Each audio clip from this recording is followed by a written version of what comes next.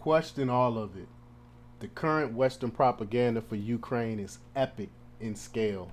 And even I've been attacked by saying, we need to worry about what's going on here. But before we get started, go ahead and hit that like button, share this out so we can get this information out there. Hit that alarm bell so you know when I put out new stuff. I'm starting to go live a little bit more now, playing video games and stuff, fun stuff. Also, check out my Patreon. The link for that is in the description. Um, my link tree. Well, my Patreon, I talk about things where I can't talk about here on YouTube, and also check out my merch, where I got T-shirts, Let's Go Brandon T-shirts, I Will Not Comply T-shirts, all the T-shirt, whole bunch of different types of cool T-shirts, and it's all handmade here in house. So everything that you purchase it go to help fund what we're doing here. All right, let's talk about the news. When the conservative treehouse shared yesterday that all interested observers should be very wary of the information from media sources around Ukraine, there was a reason for that. Question everything, take nothing at face value. I always say do your own research. Do your own research, not just a Google search. I'm talking about make use of all search engines, Bing, even Yahoo, DuckDuckGo is a great one. Read journal articles, peer-reviewed journal articles. A lot of journal articles you can read for free if you don't have subscriptions like I do. You can read journal articles for free on Google, and at least read abstracts that gives you breakdowns of different studies and peer-reviewed studies.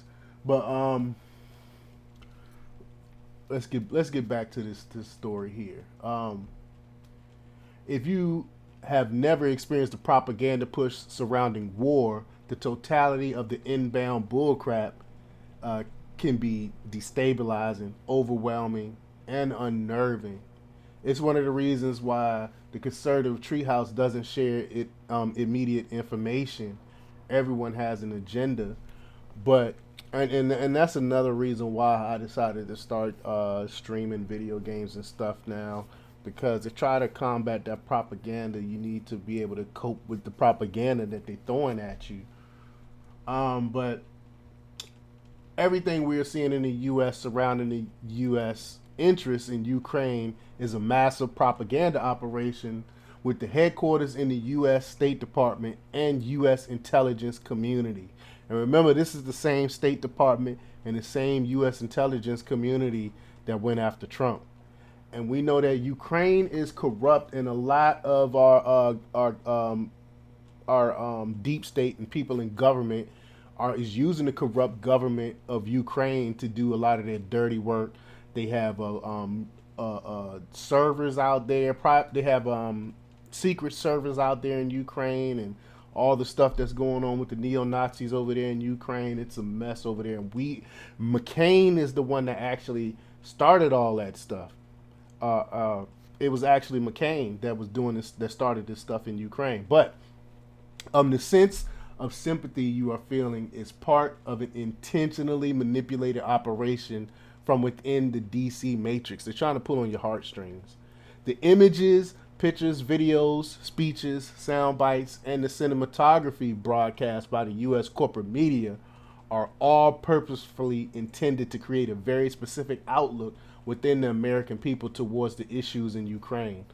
And the leftist United Nations and the leftist U.S. State Department will work together on this, just like they have done in prior examples. Ukraine 1.0, you got Libya, Egypt, Syria, Iraq, you name it. It is very easy to become a victim of psychological warfare intended to manipulate your opinions. And I've studied the father of one of the fathers of our propaganda, psychological warfare, Dr. Steve Pachinik.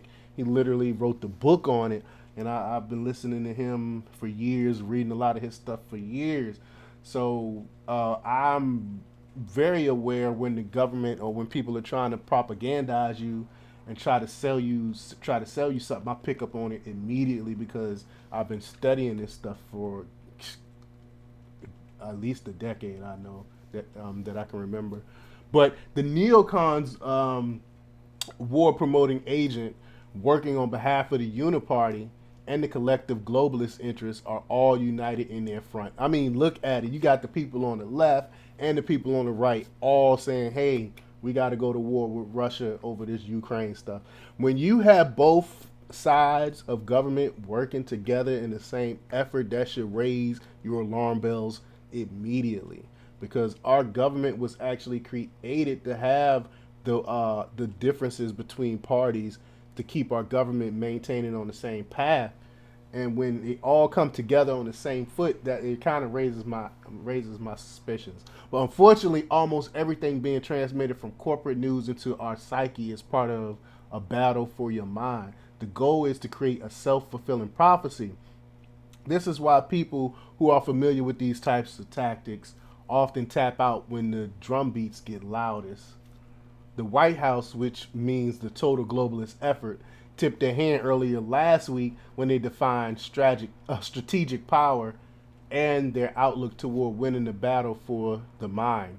Everything is about writing a script, creating a narrative, building a better story where the globalists are the heroes. In essence, the strategic power battle is for your mind. And that's what Alex Jones talks about all the time. He says a war on for your mind. And I absolutely agree with that. But ultimately, the goal of our sanctions is to make this a strategic failure for Russia. And let's define a little bit of what that means. Strategic success in the 21st century is not about a physical land grab of territory. That's what Putin has done. In this century, strategic power is increasingly measured and exercised by economic strength, by technological sophistication, and your story. Who you are, what your values are, can you attract ideas and talent and goodwill, and on each of those measures, this will be a failure for Russia, and that's what the Deputy National Secretary Advisor Dilip Singh had said. So everything in modern warfare is storytelling. They're telling you this. They're selling you a narrative. They're selling you a story. So that's why whenever you hear anything come out from government, you should delve into it and question it and research it on your own, because they're telling you, they're giving you this information to form their narrative. And so why are they telling you this? What story are they trying to tell you?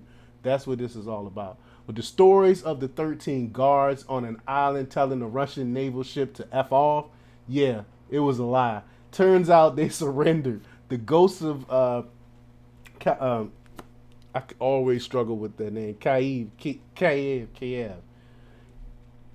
pilot, the lady with the sunflower seed, etc.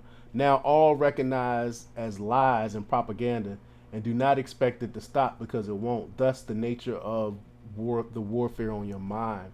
They're gonna keep making up these stories. I mean, when I first heard it, I was like, yeah, it's bullcrap. I mean, but people really believed it. People really believe the propaganda that the government is putting out. You got to fight this stuff. Research it on your own.